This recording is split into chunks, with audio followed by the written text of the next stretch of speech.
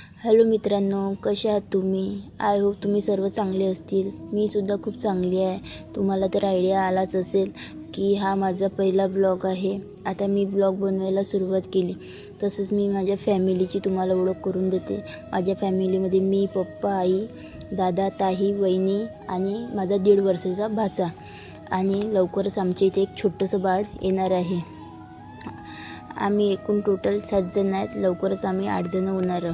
राहिली माझ्या एज्युकेशनची गोष्ट, तर माझं नर्सिंग झालेलं आहे आणि मी एक नर्ससुद्धा आहे.